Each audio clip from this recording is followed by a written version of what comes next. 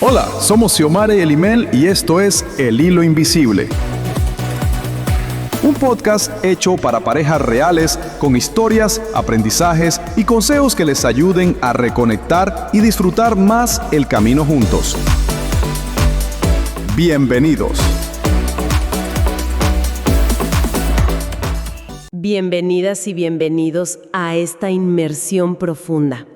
Hoy vamos a tocar un tema delicado, pero muy común en las parejas. Así es. ¿Qué pasa cuando una persona siente esa, necesidad fuerte de sanar, de crecer, de mirar un poco hacia adentro? Ajá. Pero su pareja no está en la misma sintonía. O peor, hasta se resiste. Exacto. Es una situación compleja. Vamos a explorar justo eso, ese desequilibrio invisible, como le llama el doctor Elimel Luna en su texto Sanar Solo. Nos apoyaremos mucho en sus ideas. Un texto muy interesante, ¿sí? Nuestra idea hoy es, tratar de desentrañar esta dinámica, ver por qué pasa, cómo se siente cada uno y qué consecuencias tiene para la relación. Usaremos conceptos de la TCC, la terapia cognitivo-conductual, y la TREC, la terapia racional emotiva. Herramientas muy útiles para entender esto. Ok, pues, entremos en materia. Adelante. A ver, toda relación une dos historias, ¿no? Dos mundos internos. Claro, cada quien trae lo suyo, sus heridas, sus aprendizajes. Idealmente, la pareja se vuelve como un espacio seguro, un lugar para sanar juntos. Ese sería el ideal, sí. Pero el problema surge cuando hay como una asincronía. Una persona siente la urgencia de sanar. Quizás por un malestar, ansiedad, patrones que duelen. Exacto. Y la otra persona, pues, o se resiste, o minimiza la necesidad, o simplemente no quiere empezar ese viaje. Ahí empieza el desajuste que mencionabas. Y no es un desacuerdo simple, como decías. Para nada. El doctor Luna lo llama desequilibrio invisible por algo. Empieza sutil, casi no se nota. Pero va corroyendo la base, la intimidad, la confianza, el proyecto en común. Verlo desde la TCC y la TREC nos ayuda a entender las dos perspectivas, ¿no? La de quien busca sanar y la de quien se resiste. Justamente, nos da un marco para comprender qué pasa en la mente y en la conducta de ambos. Hablemos primero de quien busca sanar. Ese impulso raramente viene de la nada, ¿verdad? No suele ser por comodidad. Generalmente es un punto de quiebre. Como un tocar fondo. Exacto. La persona llega a la conclusión de que el dolor que siente ya no es sostenible. Dice hasta aquí. Y lo que la mueve es la esperanza, imagino. La idea de que se puede estar mejor. Totalmente. Es la esperanza de sanar, de cambiar esos patrones, y entonces empieza a moverse. Lee, busca terapia, intenta comunicarse diferente, más vulnerablemente. Sí, emprende acciones concretas. Pero aquí es donde se pone difícil la cosa. Aquí choca con la realidad de la pareja. Porque ese camino, que ya es duro de por sí, se vuelve súper solitario. Mucho. Quien debería ser el gran apoyo, la pareja, se convierte en un obstáculo. A veces sin querer, claro. Claro, no siempre es intencional. Pero el efecto es el mismo. Los intentos de conectar, de profundizar, chocan contra un muro. A veces es pasivo, ¿no? Evasivas, minimizar. El típico, estás exagerando. Eso ya pasó.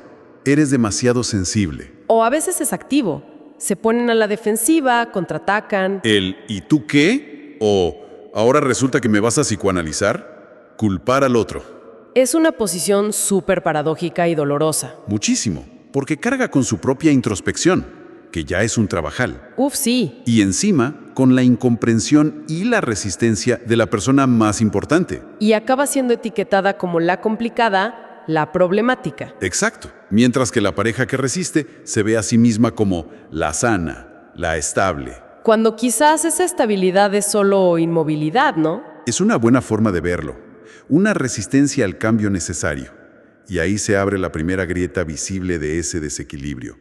Ahora, entender a la persona que se resiste. Es fácil juzgarla. Muy fácil. Pensar que es egoísmo, falta de amor, de compromiso. Pero el texto nos pide ir más allá, mirarlo con más compasión. Totalmente. Es fundamental no juzgar. La resistencia, mira, casi nunca es malicia pura. ¿Qué es entonces? Es más bien una armadura, una defensa construida sobre el miedo. ¿Miedo a qué? Miedo a lo que pueda salir si se mira adentro. Y ese miedo se apoya en creencias muy arraigadas. Como lo ve la TCC, por ejemplo. Desde la terapia cognitivo-conductual podríamos hablar de conductas de evitación. Evitar la conversación incómoda. No solo la conversación, se evitan las emociones que podía despertar. Miedo, vergüenza, culpa, tristeza. Entiendo. Se evitan pensamientos dolorosos sobre uno mismo o el pasado. Porque sanar, seamos honestos, implica mirar donde duele. Claro. Implica reabrir heridas para poder limpiarlas, confrontar verdades incómodas, asumir la propia responsabilidad en los patrones. Y eso, pues asusta. Claro que asusta. Para algunas personas, evitar todo eso ha sido su mecanismo de supervivencia durante mucho tiempo. Es lo que saben hacer. ¿Y la TERAC? La terapia racional emotiva. ¿Qué aporta aquí? La TRAC de Albert Ellis nos da una clave súper interesante con su modelo ABC. A ver, recuérdanos brevemente. Dice que no son los eventos, A, la situación, los que nos perturban directamente, Si no, sino nuestras creencias, B, beliefs, sobre esos eventos, lo que genera las consecuencias emocionales y conductuales, C. ok. Entonces, la resistencia a sanar, C, se alimenta de creencias, B, a menudo irracionales, sobre la propuesta de sanar, A. Creencias irracionales como cuáles. Bueno, Ellis habla de varias. Una muy común es la catastrofización o terribilización. Exagerar lo negativo. Exacto. Pensar que si se empieza a remover el pasado, las consecuencias serán terribles, insoportables. Me voy a desmoronar. Si hablamos de eso, seguro que la relación se acaba. Ver un peligro enorme donde quizás solo hay incomodidad o trabajo por hacer. Justo. Otra creencia irracional frecuente es la baja tolerancia a la frustración. ¿Qué significa eso? Es creer que uno no puede soportar el malestar emocional. Esto es demasiado difícil, hablar de emociones es insoportable, la terapia es un sufrimiento que no puedo aguantar. Y eso justifica el evitarlo, claro. Perfecto. Si crees que no puedes soportarlo, lo evitas. También están las demandas absolutistas. Los debería. ¿Cómo cuáles? Mi pareja debe aceptarme como soy sin pedirme que cambie. O las relaciones no deberían ser tan complicadas. Son exigencias rígidas sobre la realidad. Entiendo. Entonces, la invitación a sanar A, que podría ser algo neutro, se filtra por estas creencias B, de miedo, de incapacidad, de exigencia. Y se percibe como una amenaza, un ataque, una injusticia, B. Y la reacción C es cerrarse, defenderse, evitar. Aunque para el otro sea frustrante, para esa persona es una forma de autoprotección. Exactamente. Desde su lógica interna, tiene sentido. Prefieren la disfunción conocida, aunque duela, al cambio que perciben como caótico o destructivo. Uf, qué complejo. Y aquí es donde la cosa se puede poner, digamos, más fea, ¿no? Cuando esta asimetría se vuelve crónica. Sí, cuando se instala. ¿Qué pasa entonces en el día a día? ¿Cómo se ve ese desequilibrio invisible? Pues deja de ser tan invisible. Se cristaliza en dinámicas que, como describe el texto, pueden ser muy desgastantes, incluso tóxicas. ¿Cómo cuáles? El texto identifica varias consecuencias muy claras. Una es la sobrecarga del gestor emocional. ¿Quién sería ese? La persona que si quiere avanzar, que si busca sanar, acaba asumiendo toda la carga emocional de la relación. Gestionar conflictos, mantener la conexión. Todo eso. Se convierte en una especie de terapeuta no oficial de la pareja. Es el motor que intenta que las cosas no se mueran. ¡Qué agotador! Agotador y genera un resentimiento enorme. Además, desequilibra la relación, infantiliza al otro y, ojo, puede hasta dañar la atracción y la mutualidad. Se pierde la paridad. Claro, se pierde la sensación de equipo. Ya no son dos adultos remando juntos. Exactamente. Otra consecuencia es la erosión de la intimidad real. ¿Por qué? Porque la intimidad de verdad necesita vulnerabilidad. Poder mostrarse como uno es, con lo bueno y lo malo. Y si uno se niega a eso, La comunicación se atrofia, se vuelve superficial. Hablan del clima, de las cuentas, de la serie. pero no de lo importante. Los temas de fondo, miedos, heridas, necesidades, se vuelven tabú. Se instala el famoso elefante en la habitación. Qué triste eso. Mucho. Se crea una ilusión de cercanía, pero por debajo hay una soledad tremenda y mucho resentimiento acumulado. Suena a eso, a vivir juntos pero sentirse completamente solos. Precisamente. Y eso nos lleva a la tercera dinámica. La brecha creciente entre ambos. ¿En qué sentido? Quien se compromete con su sanación cambia. es inevitable. Desarrolla más conciencia, aprende a comunicarse mejor. Sus necesidades, sus límites se vuelven más claros. Cambia su perspectiva. Mientras tanto, la otra persona, si sigue en la evitación, se queda estancada. Y la distancia entre ellos se hace más grande. Se agranda cada vez más. Llega un punto en que sienten que viven en mundos distintos, que ya no hablan el mismo idioma. Es el síndrome del extraño en casa. Tal cual.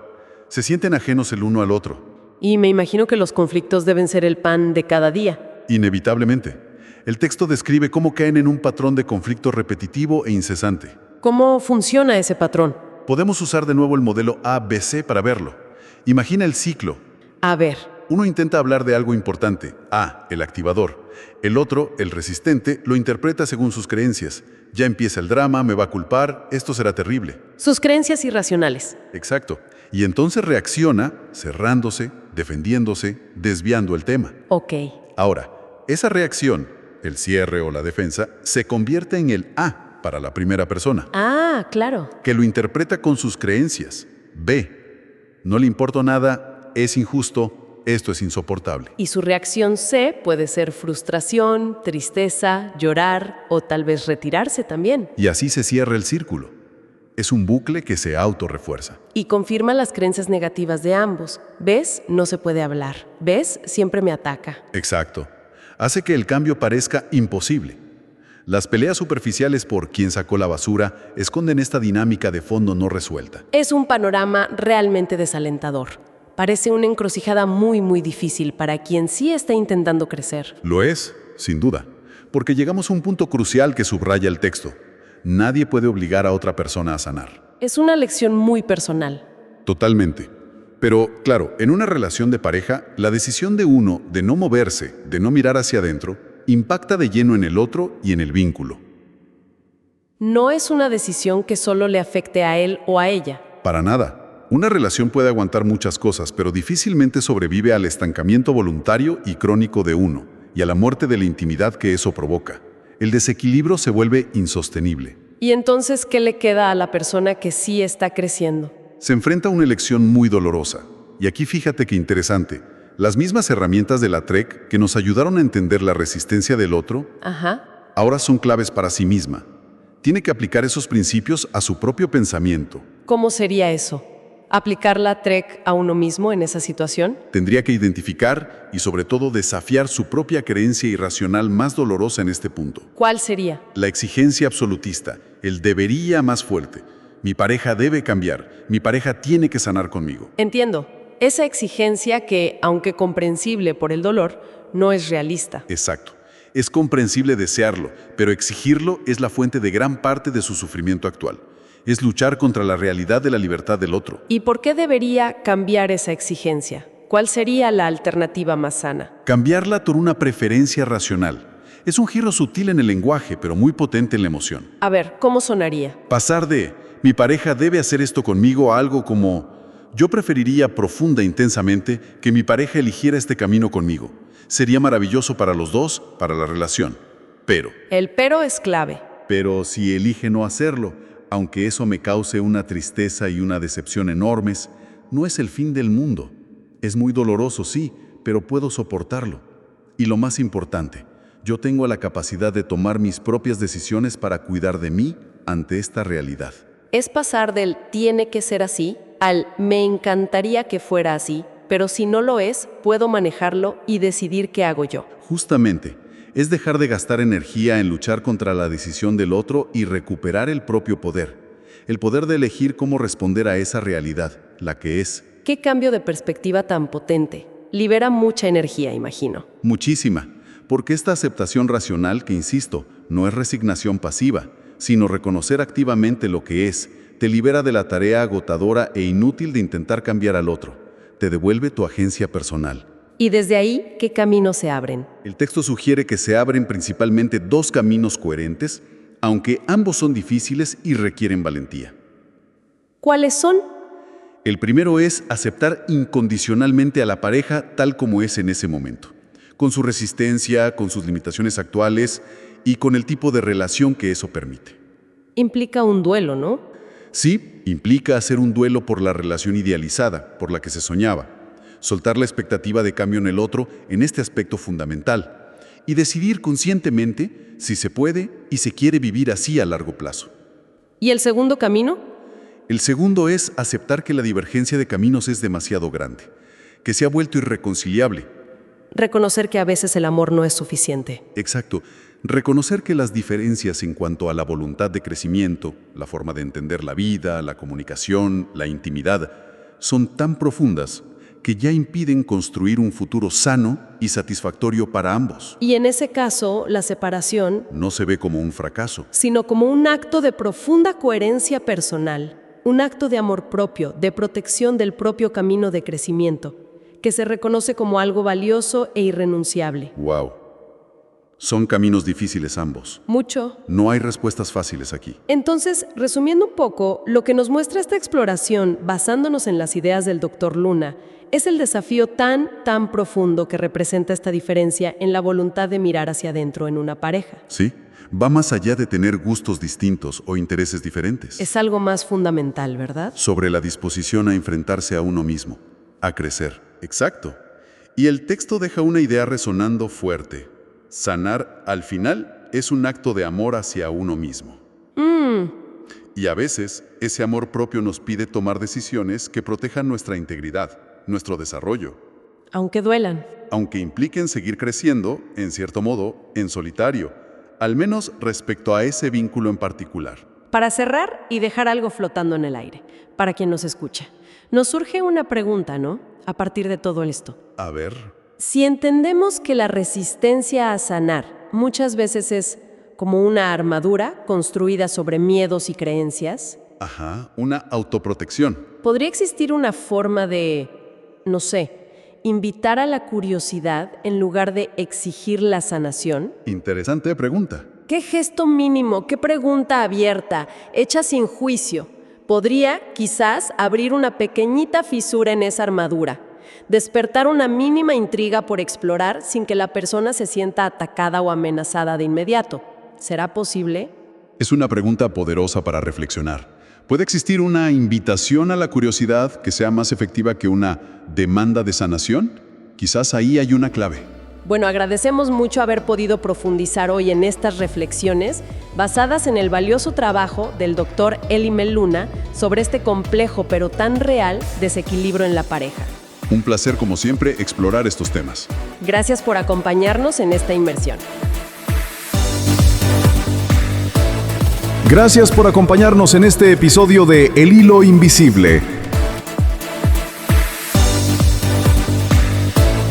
Deseamos que cada palabra compartida hoy haya tocado tu corazón y te inspire a mirar con nuevos ojos esos lazos que, aunque invisibles, nos sostienen y nos unen en pareja y en familia.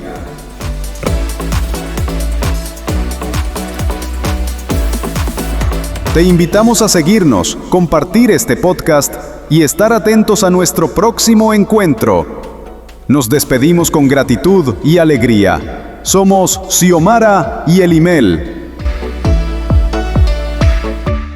Este contenido fue creado con la ayuda de la inteligencia artificial Notebook LM, a partir de un texto original de Elimel Luna Lizarazo y bajo su guía y supervisión. Tecnología y corazón, al servicio del bienestar emocional.